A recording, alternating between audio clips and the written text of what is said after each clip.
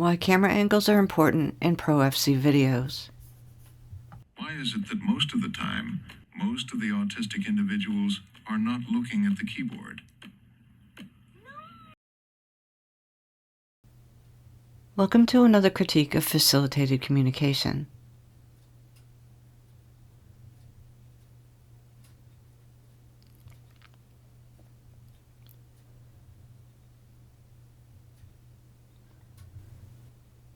In today's video, we'll look at why camera angles are important in Pro FC videos.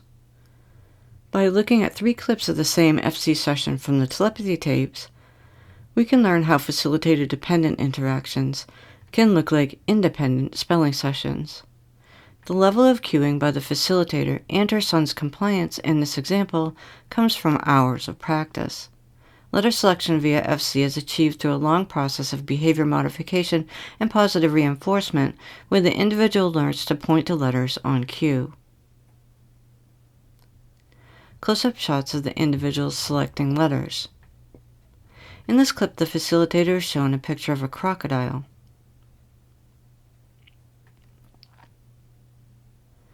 Because the video is behind a paywall and not on YouTube, I've blurred out participants' faces where needed. In this clip, viewers are shown a close-up look at the young man selecting letters on an iPad, presumably to make it look like he's typing independently.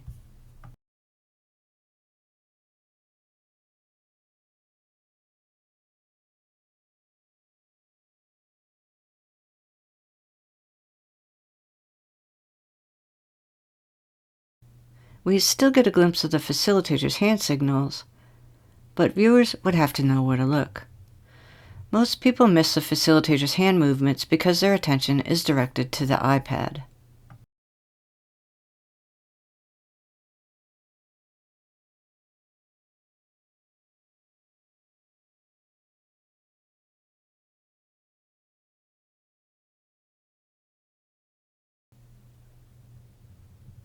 Another camera angle that mostly hides facilitator hand movements. In this wider shot, viewers' eyes are still directed to the iPad, and the facilitator's hand signals are mostly blocked from view. Both individuals appear to be looking at the keyboard, but we can also see that the individual's hand movements are in sync with the facilitator's body movements. These broad movements appear to signal the individual to move his hovering finger left or right or up and down across the keyboard. When she stops moving, he's reached the target letter.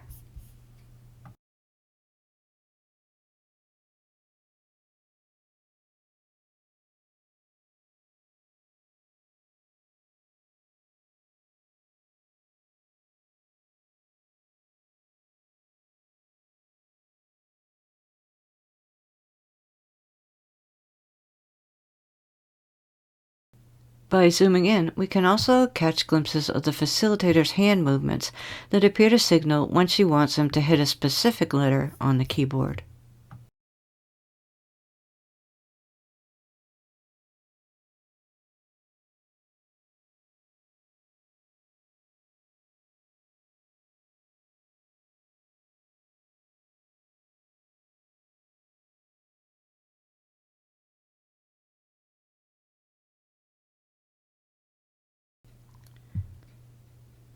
Better view of the facilitator's behaviors. With the third camera angle, we have a more direct view of the facilitator. Here we can see her body and hand movements during letter selection.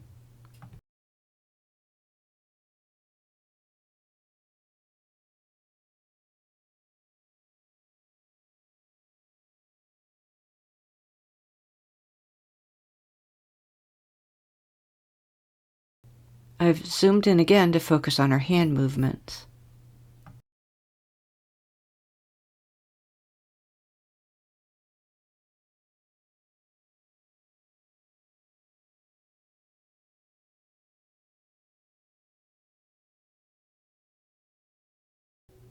By watching the hand signals and listening to the letters selected, we can get an idea of which hand shapes correspond to which letters. What's the picture about? C R O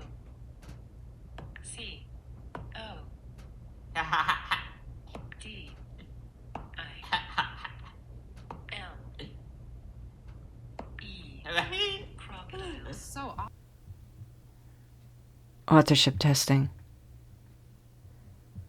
I've been getting a lot of pushback from believers in FC and telepathy, who believe it's far-fetched to say facilitators are cueing their clients using vocal inflections, body movements, and hand signals, even when I point out these facilitator behaviors in pro-FC videos.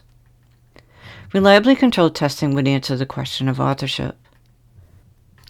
Let's see what would happen to the accuracy and degree of sophistication of FC-generated messages if the facilitator was not allowed to see the test stimuli, word, picture, number. The facilitator was not allowed to look at the keyboard during letter selection.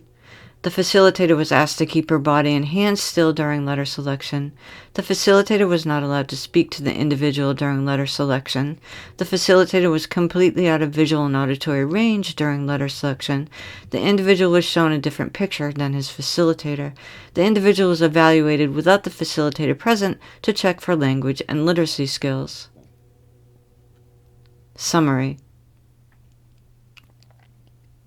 In today's video, we saw how camera angles can change viewers' perceptions of FC sessions. It's only when viewers are allowed to see both the individual and the facilitator that we get a glimpse at the behaviors facilitators exhibit that overtly or covertly signal their clients which letters to select on a letterboard. In this video, we saw how broad body movements, for example, rocking back and forth, can signal the individual to move his hand left or right and up or down to identify the area on the keyboard that contains the target letter. For example, the letter C in the word crocodile is located in the lower left quadrant on a QWERTY letterboard. So the facilitator might move her body to the left and in toward the individual to signal which quadrant of the letterboard she wants him to point to, and then use a specific hand shape to cue which letters she wants him to touch. What's the picture about? C R O C O D I L E Crocodile. So The science. To date, there is no scientifically rigorous evidence to prove facilitated communication, spelling to communicate, rapid prompting method, or any of their variants produce independent communication. Controlled studies show that facilitators, not their clients, are producing the typed messages. Many organizations oppose the use of facilitator-reliant techniques. These include, but are not limited to, American Speech-Language Hearing Association, American Association on Intellectual and Developmental Disabilities, American Psychological Association, Association for Behavior Analysis, Association for Science and Autism Treatment. These organizations cite the following reasons they encourage their members not to use facilitator-reliant techniques: lack of scientific evidence, prompt dependency, facilitator cueing and control over letter selection, potential harms including false allegations of abuse, lost opportunity costs as the individuals are prevented access to evidence-based forms of augmentative and alternative communication.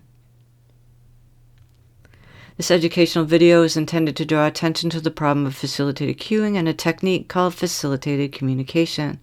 Critiques of FC, S2C, and RPM or any of their variants contained in this video are not directed at the individuals being subjected to its use.